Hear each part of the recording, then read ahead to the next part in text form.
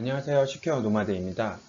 2018년에 랜섬웨어가 전 세계로 퍼지면서 수많은 보안 업체와 사용자들은 랜섬웨어에 대응하기 위한 방법을 고안해내기 시작하였습니다. 랜섬웨어는 그전부터 보안업계에서는 큰 이슈였지만 코로나19로 인해서 모든 제약회사가 백신 개발에 몰두한 것과 같이 18년 이후에 모든 보안 업체들은 랜섬웨어의 뿌리를 뽑기 위해 엄청난 투자를 하였습니다.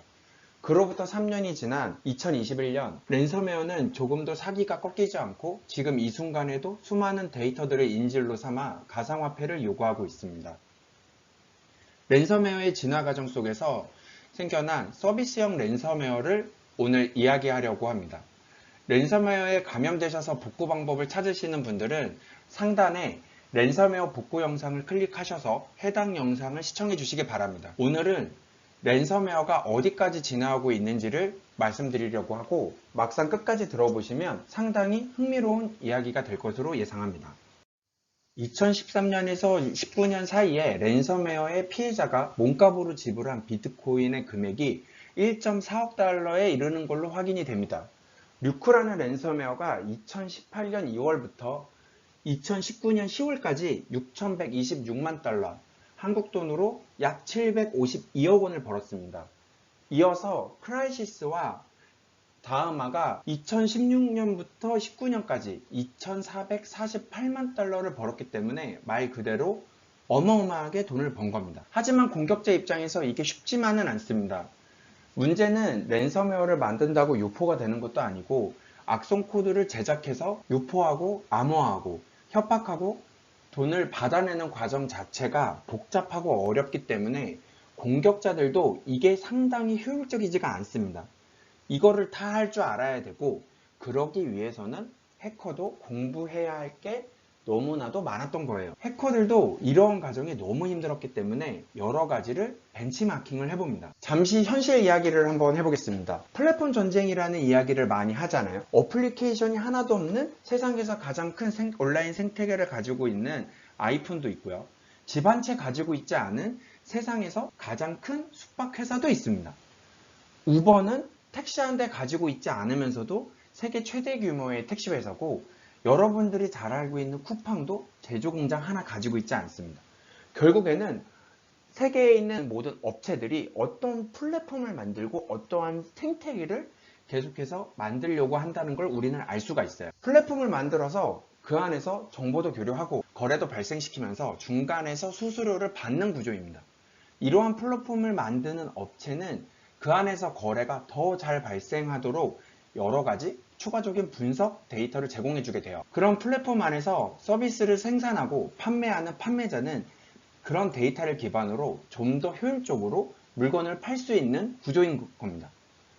플랫폼 서비스는 회사와 소비자가 있고 그 사이에 플랫폼을 운영하는 회사가 있게 되죠. 판매자는 판매에만 집중할 수 있고 제조사는 제조에만 집중할 수 있게 됩니다. 소비자는 여러 사이트를 돌아다니며 비교하지 않아도 되니까 플랫폼에서는 여러 업체를 비교할 수 있습니다. 범죄자들이 좀 더 효율적으로 범죄를 저지르기 위해서 랜섬웨어 유포를 위한 플랫폼을 만들었습니다. 이 플랫폼에서 그들은 유용한 정보를 서로 공유를 해요. 어느 업종이 비용을 잘 지불하는지, 어떤 방식이 유포가 더 잘 되는지, 어떤 국가가 감염이 잘 되고 비용을 잘 지불하는지, 어디서 얼마나 지불했는지, 공격자 입장에서 얼마를 제시해야 피해자가 비용을 지불할지는 공격자 입장에서는 엄청나게 고민이 됩니다. 이러한 데이터를 서로 공유하는 플랫폼을 만들어서 서로 공유를 하기 시작을 한 것이에요. 한국에서는 대략 100만 원 정도 요구하면 30%의 확률로 비용을 지불한다거나 300만 원으로 올렸을 경우에는 비용 지불 확률이 5%로 내려간다거나 이러한 정보를 공유하고 공격자들은 매우 효율적으로 공격을 감행할 수 있습니다. 플랫폼을 만들었으면 공격자들은 이제 전문성을 가지고 분업화를 시도합니다. 먼저 악성 코드 개발자를 구해와요. 이 개발자는 오로지 랜섬웨어만을 제작을 합니다. 플랫폼의 정보를 기반으로 효율적인 랜섬웨어를 만드는 거예요. 잘 만들어진 랜섬웨어 악성 코드는 유포 전문가에게 전달이 됩니다. 유포 전문가는 악성 코드 개발 지식이 전혀 없어도 무관합니다. 유포 전문가는 오로지 피해자에게 악성 코드를 유포하는 방법만을 연구를 합니다. 대부분 현지의 이슈를 잘 아는 사람이 담당하겠죠. 피싱이나 스팸 메일을 보내는 해커들이 이 유포 전문가에 포함이 됩니다. 유포에 성공했으면 정보를 유출하고 랜섬웨어를 동작시키는 해킹 전문가가 이어서 처리를 합니다. 요즘의 랜섬웨어는 암호화만 하는 게 아니라 데이터를 유출해서 협박도 같이 하는 추세입니다. 이 전문화된 해킹 전문가는 성공률이 1%도 안 되는 유포에 자신의 전문성을 사용하지를 않아요. 유포에서 피해자가 실행하면 그때서야 움직이는 존재입니다. 해킹 전문가가 모든 일을 마무리하면 협상 전문가가 투입이 됩니다. 협상은 고도의 심리전이면서 시간도 오래 걸립니다. 하지만 이 협상의 결과에 따라서 해커들의 수익이 좌우되는 것이죠. 피해자의 지역의 언어나 문화도 잘 알아야 하고 대상 기업이 무엇을 두려워해야 하는지도 알아둬야 합니다. 협상 전문가는 피해자를 지속적으로 협박해서 비용을 요구하게 되는 거죠. 피해자가 협상 전문가에게 협박을 당해서 비용을 지불하게 되었습니다. 매우 안타까운 일이 아닐 수가 없는데요. 이 비용은 공격자의 플랫폼으로 유입이 됩니다. 이러한 분업화를 통해서 각자의 영역에서 모든 작업을 성공적으로 마무리하게 된 것이죠.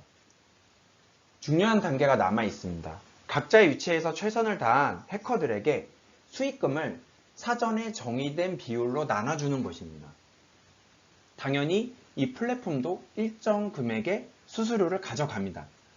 플랫폼에서는 해커들에게 필요한 정보를 꾸준하게 제공해주고 있고 우리가 배달의 민족에서 야식을 시켜 먹는 것과 같은 플랫폼을 해커들이 랜섬웨어를 효율적으로 유포하기 위해서 만들어 버린 겁니다.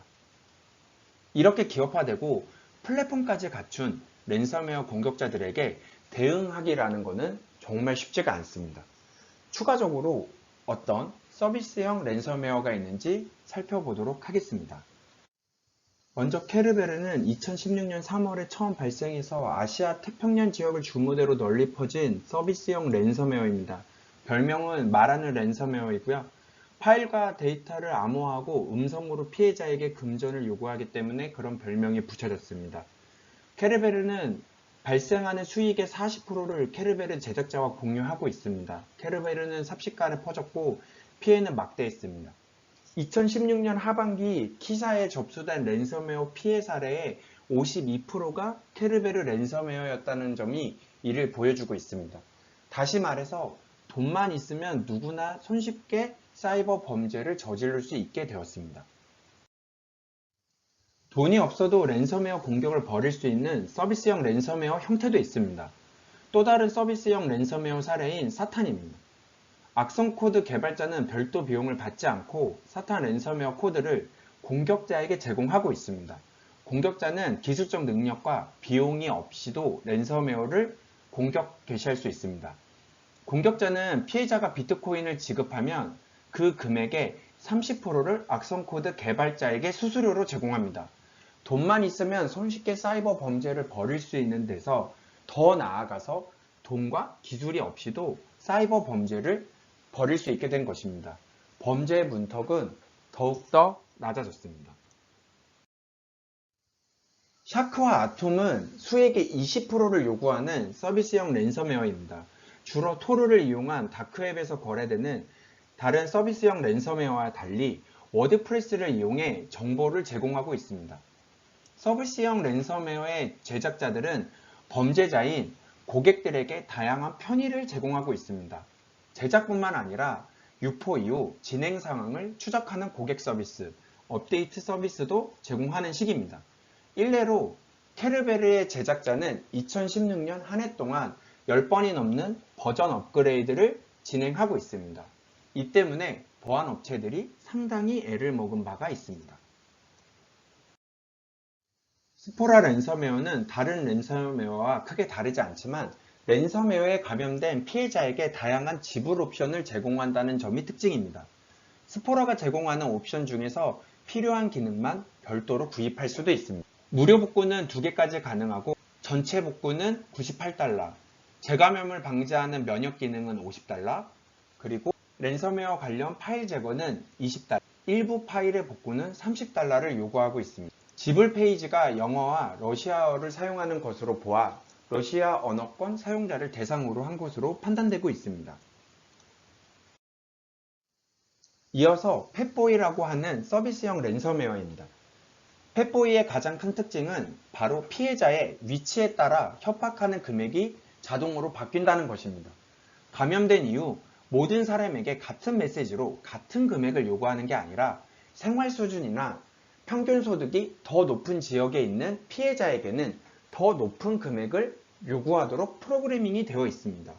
이는 해당 지역의 빅맥 지수를 참고하여 지역에 따라서 서로 다른 금액을 요구하고 있습니다. 마지막 랜섬웨어의 주인공은 다크사이드라는 이름의 해커들입니다. 세상을 더 나은 곳으로 만들기 위해 $10,000,000어치의 비트코인을 여러 자선단체에 기부했다며 영수증을 온라인에 공개하였습니다. 이들은 우리는 이 기업들의 돈 일부가 자선단체로 가는 일은 공평하다고 생각한다면서 우리가 한 짓이 얼마나 나쁜지 생각하는 것과 관계없이 우리는 누군가의 삶을 바꾸는데 도움이 되는 것을 감사하게 생각한다. 오늘 우리는 첫 기부를 보냈다라고 적은 것으로 알려졌습니다. 기부받은 단체 중 하나인 칠드런 인터내셔널은 그런 돈인 줄 알았으면 영수증을 발부하지 않았을 것이라며 거절하겠다라고 밝혔습니다. 해커들이 이런 이상한 행동은 도덕적, 법률적으로 곤혹스러운 일로 받아들여지고 있습니다. 자선단체에까지 기부하는 이유는 단순히 유포해서 돈을 벌어들이려는 것이 아니라 랜섬웨어를 브랜드화하려는 시도가 보입니다. 서비스형 랜섬웨어는 이처럼 각자의 특징을 가지고 플랫폼 안에서 분업과 협업을 하고 있습니다. 정말 보안업체 입장에서는 당황스러운 일이 아닐 수 없습니다. 오늘은 랜섬웨어의 공격자들의 진화 과정을 살펴봤습니다. 랜섬웨어는 정말 대응보다는 예방이 중요합니다. 백업과 예방을 철저하게 해서 랜섬웨어가 더 이상 피해를 발생시키지 않았으면 좋겠습니다. 감사합니다.